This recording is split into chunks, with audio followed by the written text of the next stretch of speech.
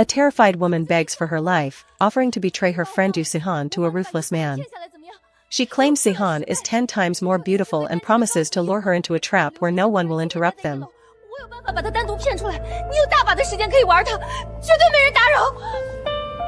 Like and subscribe if you enjoy this. Now let's begin. Earlier, a group of scavengers led by Xia notices a woman approaching. They mock her for wearing makeup, assuming she is just another desperate soul trying to negotiate for survival in this frozen wasteland. The woman offers to help move dead bodies in exchange for food. While she asks for 6 packs of instant noodles, Xia agrees to give her even more to lure her into his warehouse for a sinister purpose.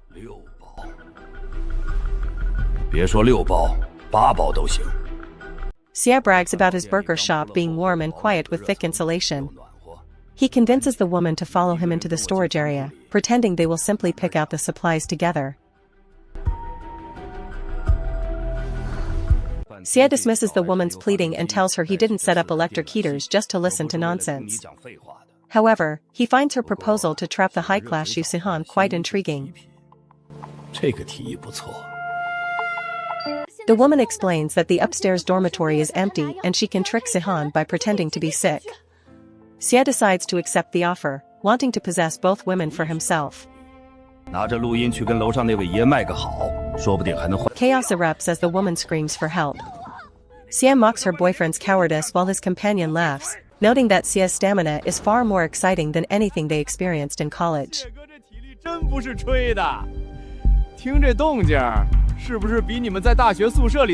A man named Lian Zhan attempts to rescue them, but Xia brutally beats him. Xia mocks the starving survivors, calling them weaklings who cannot even stand straight after 2 days of hunger.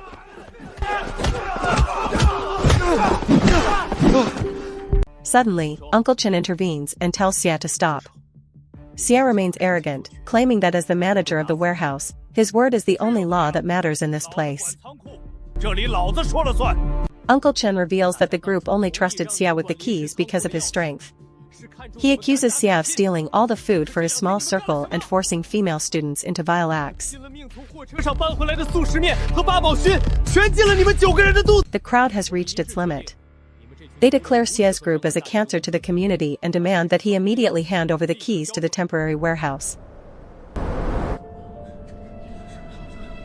An observer notes that Uncle Chen is skillfully using the people's hunger to stage a coup. It seems Xia is finally losing his grip on power due to his own greed.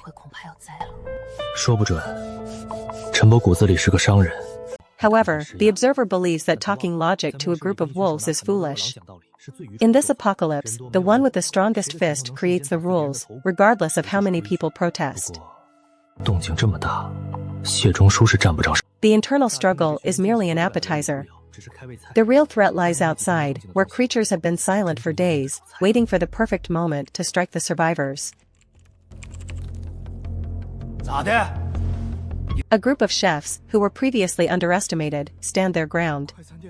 They may not be fighters, but they are tired of the abuse and are ready to fight back with everything they have.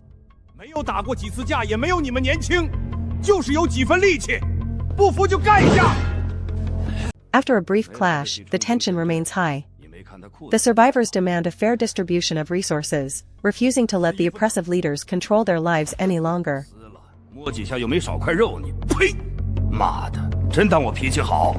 Xia tries to negotiate, offering half of the remaining food if he can keep the burger shop as his residence. The group reluctantly agrees to this deal to ensure they don't starve. While some enjoy expensive bottled water, others are injured and suffering. Meanwhile, a deceptive plan is unfolding in the shadows as the traitors seek a new ally.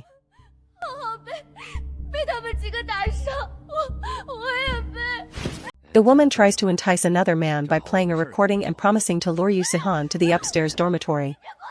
She claims the smart girl won't be fooled easily, but she has a plan.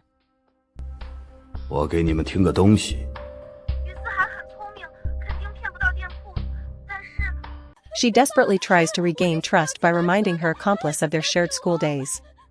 She begs him to believe her, masking her betrayal with fake nostalgia and tears.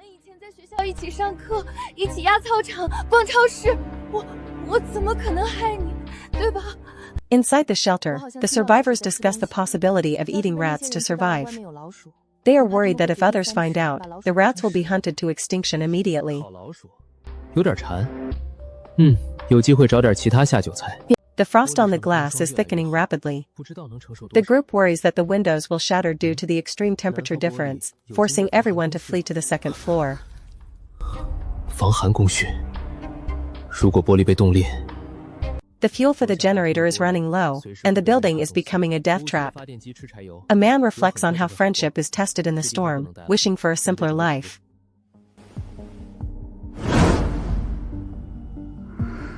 He dreams of owning a small truck and selling snacks in rural villages. This vision of a peaceful life contrasts sharply with the brutal reality of their current existence. 养2条狗，开着货车进山里的村落卖雪糕、熟食。 Through data analysis, 5 potential survival sites are identified. The best option is a village with deep cellars that can maintain temperatures above freezing even in extreme cold. 而且这个村子有个传统，家家户户都挖了2-3米深的地窖，在零下。A weak signal appears, indicating a military signal tower nearby. An alert mentions a rescue team in Mile Town, but it is not intended for everyone.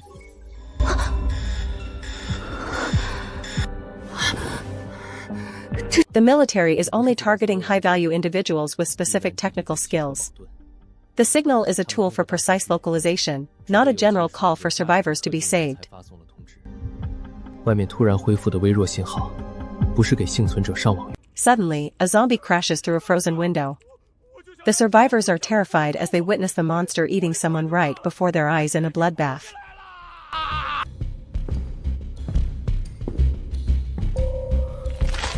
The survivors frantically push a bed to block the door.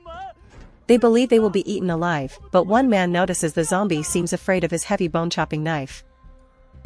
不狩猎，他在害怕我手里的斩骨刀。 He observes that the creature's bones are twice as hard as humans, but its flesh is loose. He realizes the monster has intelligence but lacks complex thinking capabilities. 真有智商，不像是智慧。 A leaked video from a hacker reveals a 5-meter monster with rapid healing abilities. The realization hits that the unknown substances in the air are increasing, accelerating the monster's evolution. Time is running out. The group must scavenge all remaining supplies from the service area and evacuate before the creatures fully evolve into unstoppable killing machines. 必须赶在他们进化完前，把服务区能用的物资全部搜刮干净，随时准备撤离。 The snowstorm finally stops. The survivors are urged to wake up and start moving the express delivery packages to secure food and supplies for the journey.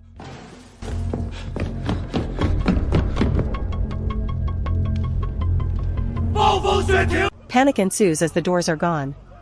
The survivors fear the monsters will rush in, but a leader shouts that the cold has frozen the creatures in place.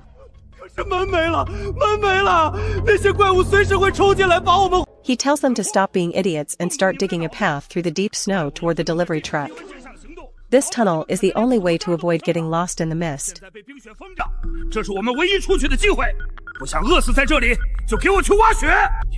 Some refuse to work, accusing the leader of using them as shields.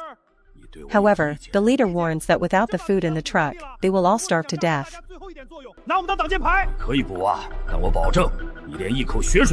The leader views the others as fools for being oppressed.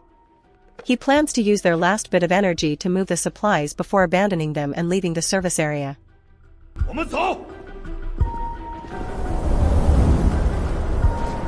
He admits that leaving in this weather is a suicide mission for the weak.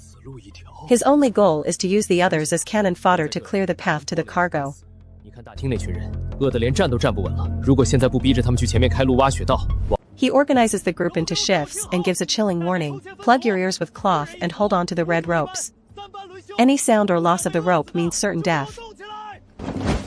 切记，拿东西堵住耳朵，把纸团碎布。 A former high-earning manager complains about doing manual labor in sub-zero temperatures. He is desperate for a pack of sour cabbage noodles just to keep going.